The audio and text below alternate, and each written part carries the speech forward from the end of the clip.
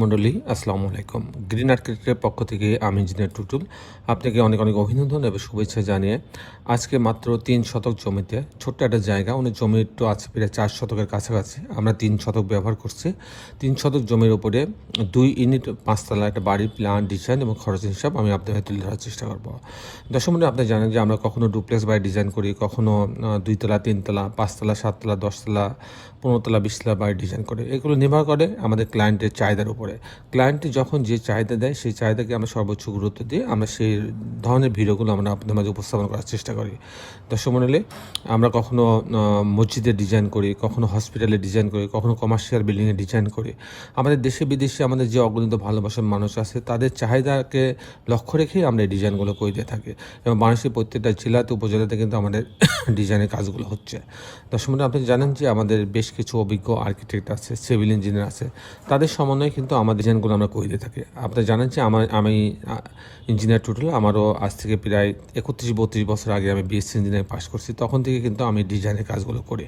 তো দর্শক মণ্ডলী, আমি এখন আপনাকে আর্কিটেকচার ড্রয়িং নিয়ে যাব, তারপর এই ধরনের বাড়ি নির্মাণ করতে কেমন টাকা খরচ হয় তার একটা হিসাব আমি আপনাদের তুলে ধরার চেষ্টা করব। তো দর্শক মণ্ডলী, আসুন আর্কিটেকচার ড্রয়িংটা আমরা উপভোগ করি।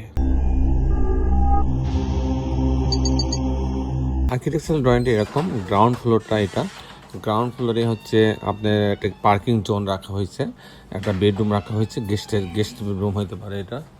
আর এখানে হচ্ছে আপনার একটা ইউনিট রাখা হয়েছে, এটা হচ্ছে 594 স্কোয়ার ফিটের মধ্যে। এখানে একটা ড্রয়িং ডাইনিং, এখানে একটা কিচেন রাখা আছে, একটা কমন টয়লেট রাখা আছে। এটা একটা বেডরুম, এর সঙ্গে একটা বারান্দা রাখা আছে। এখানে একটা বেডরুম রাখা আছে, এই বেডরুমের সঙ্গে একটা টয়লেট অ্যাটাচ করা আছে। এই হচ্ছে আপনার গ্রাউন্ড ফ্লোরটা। আর যদি আমি টিপিক্যাল ফ্লোর দেখাই আপনার মাঝে, টিপিক্যাল ফ্লোরটা এরকম 2টি ইউনিট করা আছে। পার্কিং জোন দিয়ে সিঁড়ির লবিতে আসবে ইউনিট এ এবং ইউনিট বি। ইউনিট এতে যদি আসে তাহলে 600 স্কোয়ার ফিট পাচ্ছে।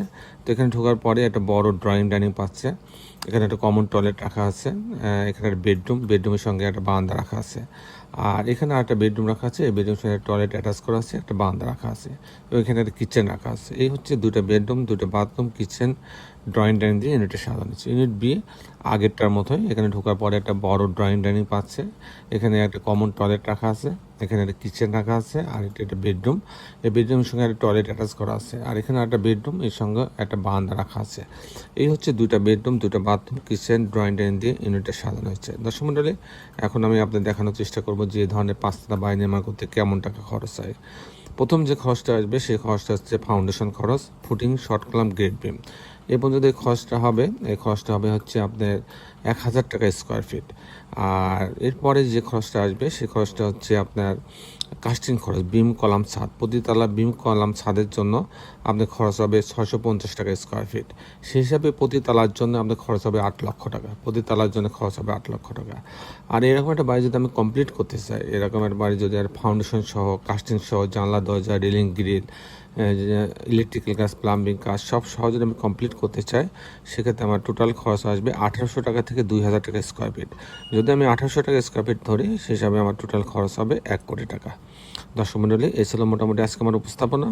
আপনি যারা দেশে এবং দেশের বাইরে আমার ভিডিওটি দেখলেন, সবার কাছে অনুরোধ, আপনি যারা এখন আমার চ্যানেলটা সাবস্ক্রাইব করেন তারা দয়া করে আমার চ্যানেলটা সাবস্ক্রাইব করে নেবেন, বেল আইকনের চাপ দিয়ে রাখবেন, তাহলে প্রতি পর্বে যে ভিডিওগুলো দিই সেগুলো আপনি দেখার সুযোগ পাবেন।